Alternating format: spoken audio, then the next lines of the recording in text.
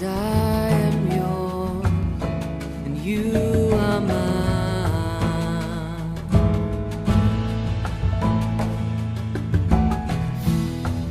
'Cause I am yours, you are mine. You are mine.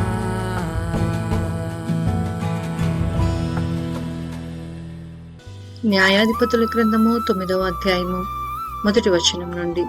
యెరుబ్బయలు కుమారుడైన అబీమెలెకు షెకెములోనున్న తన తల్లి సహోదరుల యొద్దకు పోయి వారితోనూ తన తల్లి పితరుల కుటుంబీకులందరితోనూ మీరు దయచేసి షెకెము యజమానులందరూ వినినట్లు వారితో మాట్లాడి మీకేది మంచిది, యెరుబ్బయలు యొక్క కుమారులైన 70 మంది మనుషులందరూ మిమ్మును ఏలుట మంచిదా, ఒక్క మనుషుడు మిమ్మును ఏలుట మంచిదా, నేను మీ రక్త సంబంధినని జ్ఞాపకము చేసుకునుడి అని పలుకుడనెను. అతని తల్లి సహోదరులు అతని గూర్చి షెకెము యజమానులు వినున్నట్లు ఆ మాటలన్నీ చెప్పగా వారు ఇతడు మన సహోదరుడు అనుకుని తమ హృదయము అబీమెలెకు తట్టు త్రిప్పుకొనిరి. అప్పుడు వారు బయల్జెరీతు గుడిలో నుండి 70 తులముల వెండి తెచ్చి అతనికియగా వాటితో అబీమెలెకు అల్లరి జనమును కూలికి పెట్టుకొనెను. వారు అతని వశమున నుండిరి. తరువాత అతడు ఒఫ్రాలోనున్న తన తండ్రి ఇంటికి పోయి యెరుబ్బయలు కుమారులను తన సహోదరులునైన ఆ 70 మంది మనుషులను ఒక్క రాతి మీద చంపెను. యెరుబ్బయలు చిన్న కుమారుడైన యోతాము మాత్రమే దాగియుండి తప్పించుకొనెను. తరువాత షెకెము యజమానులందరూ మిల్లో ఇంటివారందరూ కూడి వచ్చి షెకెములోనున్న మస్తకి వృక్షము క్రింద దండుపాళెమునొద్ద అబీమెలెకును రాజుగా నియమించిరి. అది యోతామునకు తెలియబడినప్పుడు అతడు పోయి గెరీజిము కొండ కొప్పున నిలిచి ఎలుగెత్తి పిలిచి వారితో ఇట్లనెను, షెకెము యజమానులారా, మీరు నా మాట విని ఎడల దేవుడు మీ మాట వినును. చెట్లు తమ మీద రాజును ఒకనిని అభిషేకించుకొనవలనను మనస్సు కలిగి బయలుదేరి మమ్మును ఏలుమని ఒలీవ చెట్టు నడుగగా, ఒలీవ చెట్టు దేవుని మానవులను దేనివలన నరులు సన్మానించుదురో ఆ నా తైలము నీయక మాని చెట్ల మీద రాజునయుండి ఇటు అటు ఊపుటకు నేను వచ్చేదనా అని వాటితో అనెను. అప్పుడు చెట్లు నీవు వచ్చి మమ్మను ఏలుమని అంజూరపు చెట్టు నడగగా, అంజూరపు చెట్టు చెట్ల మీద రాజునయుండి ఇటు అటు ఊగుటకు నా మాధుర్యమును నా మంచి ఫలములను నేనీయక మానుదనా అని వాటితో అనెను. అటు తర్వాత చెట్లు నీవు వచ్చి మమ్మను ఏలుమని ద్రాక్షావల్లి నడుగగా, ద్రాక్షావల్లి దేవుని మానవులను సంతోషపెట్టు నా ద్రాక్షారసమును నేనీయక మాని చెట్ల మీద రాజునయుండి ఇటు అటు ఊగుటకు నేను వచ్చేదనా అని వాటితో అనెను. అప్పుడు చెట్లన్నీ నీవు వచ్చి మమ్మను ఏలుమని ముండ్ల పొద యొద్ద మనవి చేయగా, ముండ్ల పొద మీరు నిజముగా నన్ను మీ మీద రాజుగా నియమించుకొనగోరిన ఎడలా రండి, నా నీడను ఆశ్రయించుడి, లేదా అగ్ని నాలో నుండి బయలుదేరి లెబనోను దేవదారు చెట్లను కాల్చివేయనని చెట్లతో చెప్పెను. నా తండ్రి మీ నిమిత్తము తన ప్రాణమును నిర్లక్ష్యపెట్టి యుద్ధము చేసి మిద్యానీయుల చేతుల నుండి మిమ్మును విడిపించెదను. అయితే మీరు నా తండ్రి కుటుంబం మీదికి లేచి ఒక రాతి మీద అతని కుమారులైన 70 మంది మనుషులను చంపి అతని పనికత్తె కుమారుడైన అబీమెలెకు మీ సహోదరుడైనందున షెకెము వారి మీద అతనిని రాజుగా నియమించి ఉన్నారు. యెరుబ్బయలు ఎడలను అతని ఇంటి వారి ఎడలను మీరు ఉపకారము చేయకయు అతడు చేసిన క్రియలకు మీరు ప్రతిక్రియ చేయకయు అబీమెలెకును రాజుగా నియమించుకొనిన విషయంలో మీరు న్యాయముగాను యథార్థముగాను ప్రవర్తించిన ఎడల నేడు మీరు యెరుబ్బయలు ఎడలను అతని ఇంటి వారి ఎడలను సత్యముగాను యథార్థముగాను ప్రవర్తించిన ఎడల అబీమెలెకునందు సంతోషించుడి, అతడు మీ అందు సంతోషించును గాక. లేని ఎడల అబీమెలెకు నుండి అగ్ని బయలుదేరి షెకెము వారిని మిల్లో ఇంటి వారిని కాల్చివేయునుగాక.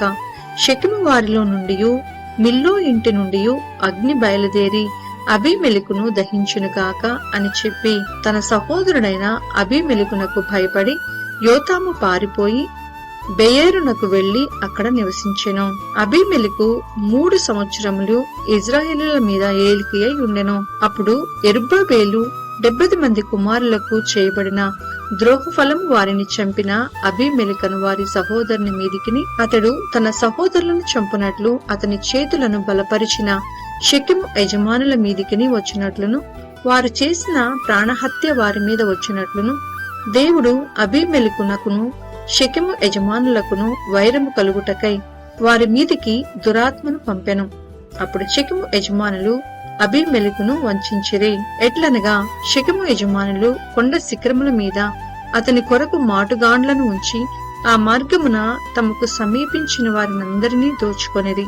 అది అబీమెలెకునకు తెలుపబడెను. ఎబెదు కుమారుడైన గాలును అతని బంధువులను వచ్చి షెకెమునకు చేరగా షెకెము యజమానులు అతని ఆశ్రయించిరి. వారు పొలములలోనికి పోయి వారి ద్రాక్ష పండ్లను ఏరుకొని వాటిని త్రొక్కి కృతజ్ఞతార్పణమును చెల్లించి తమ దేవతల మందిరంలోనికి పోయి అన్నపానములు పుచ్చుకొనుచు అబీమెలెకును దూషింపగా ఎబెదు కుమారుడైన గాలు ఇట్లనెను, అబీమెలెకు ఏపాటివాడు, షెకెము ఏపాటివాడు, మనము అతనికెందుకు దాసులము కావలెను? అతడు ఎరుబ్బాబేలు కుమారుడు కాడా? జబులు అతని ఉద్యోగి కాడా? షెకెము తండ్రి అయిన హమోరు వారికి దాసులమగుదము గాని మనం అతనికెందుకు దాసులము కావలెను? ఈ జనము నా చేతిలో ఉండిన ఎడల ఆహా, నేను అబీమెలెకును తొలగింతును కదా అనెను. తరువాత అతడు అబీమెలెకుతో నీ సేనను ఎక్కువ చేసి బయలుదేరి రమ్మనెను. ఆ పట్టణ ప్రధాని అయిన జబులు ఎబెదు కుమారుడైన గాలు మాటలను వినినప్పుడు అతని కోపాగ్ని మండెను. అప్పుడతడు అబీమెలెకునొద్దకు రహస్యముగా దూతులను పంపి, ఇదిగో ఎబెదు కుమారుడైన గాలును అతని బంధువులను షెకెముకు వచ్చియున్నారు. వారు నీ మీదికి ఈ పట్టణమును రేపుచున్నారు. కావున రాత్రి నీవును నీతోనున్న జనులను లేచి పొలంలో మాటుగా నుండుడి. ప్రొద్దున సూర్యుడు ఉదయింపగానే నీవు త్వరగా లేచి పట్టణము మీద పడవలెను. అప్పుడు అతడును అతనితోనున్న జనులను నీ యొద్దకు బయలుదేరి వచ్చుచుండగా నీవు సమయము చూచి వారి ఎడల ప్రవర్తింపవచ్చునని వర్తమానము చేసెను. అబీమెలెకును అతనితోనున్న జనులందరూ రాత్రివేళ లేచి 4 గుంపులై షెకెము మీద పడుటకు పొంచియుండిరి.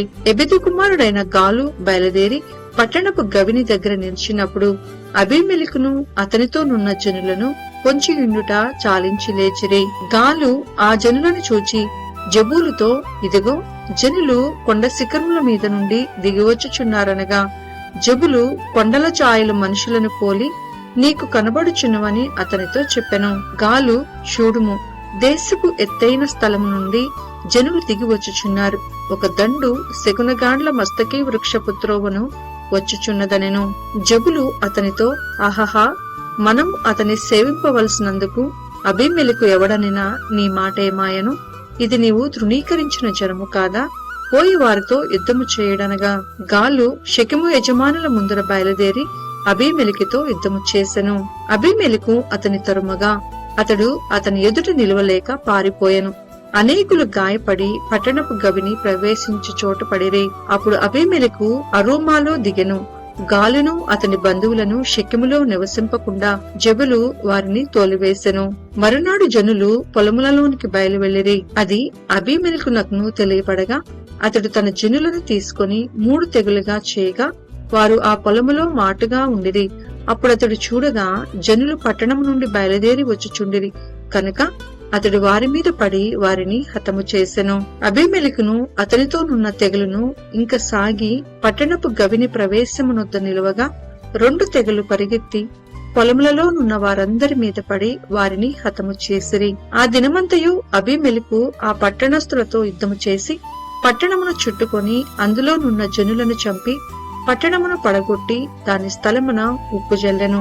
షెకెము గోపుర యజమానులందరూ ఆ వార్త విని ఏల్ బెరీతు గుడి యొక్క కోటలోనికి చొరబడిరి. షెకెము గోపుర యజమానులందరూ కూడియున్న సంగతి అబీమెలెకునకు తెలుపబడినప్పుడు అబీమెలెకును అతనితోనున్న జనులందరూ సల్మోను కొండనెక్కి అబీమెలెకు గొడ్డలిని చేతపట్టుకొని చెట్ల నుండి పెద్ద కొమ్మును నరికి ఎత్తి భుజము మీద పెట్టుకుని, నేను దేని చేయుట మీరు చూచితిరో మీరును నేను చేసినట్టుగా దానిని త్వరగా చేయడని తనతోనున్న జనులతో చెప్పెను. అప్పుడు ఆ జనులందరిలో ప్రతివాడును ఒక్కొక్క కొమ్మును నరికి అబీమెలెకును వెంబడించి ఆ కోట దగ్గర వాటిని పెట్టి వాటి వలన ఆ కోటను అగ్నిచేత కాల్చిరి. అప్పుడు షెకెము గోపుర యజమానులు అనగా స్త్రీ పురుషులు ఇంచుమించు 1000 మంది చచ్చిరి. తరువాత అబీమెలెకు తేబూసుకు పోయి తేబూసు నొద్ద దిగి దాన్ని పట్టుకొనెను. ఆ పట్టణము నడుమ ఒక బలమైన గోపురముండగా స్త్రీ పురుషులను పట్టణపు యజమానులను అక్కడికి పారిపోయి తలుపులు వేసుకుని గోపుర శిఖరము మీదకెక్కిరి. అబీమెలెకు ఆ గోపురము నొద్దకు వచ్చి దాని మీద పడి యుద్ధము చేసి అగ్ని చేత దాన్ని కాల్చుటకు గోపుర ద్వారము నొద్దకు రాగా ఒక స్త్రీ అబీమెలెకు తల మీద తిరుగటి మీది రాతిని పడవేసినందున అతని కపాలము పగిలెను. అప్పుడతడు తన ఆయుధములను మోయు బంటును త్వరగా పిలిచి, ఒక స్త్రీ అతని చంపెనని నన్ను గూర్చి ఎవరునూ అనుకొనకుండునట్లు నీ కత్తి దూసి నన్ను చంపమని చెప్పగా ఆ బంటు అతని పొడవుగా అతడు చచ్చెను.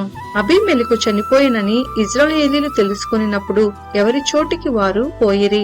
అట్లు అబీమెలెకు తన 70 మంది సహోదరులను చంపుట వలన తన తండ్రికి చేసిన ద్రోహమును దేవుడు మరలా అతని మీదికి రప్పించెను. షెకెము వారు చేసిన ద్రోహమంతటిని దేవుడు వారి తలల మీదికి మరలా రాచేసెను. యెరుబ్బయలు కుమారుడైన యోతాము శాపము వారి మీదికి వచ్చెను.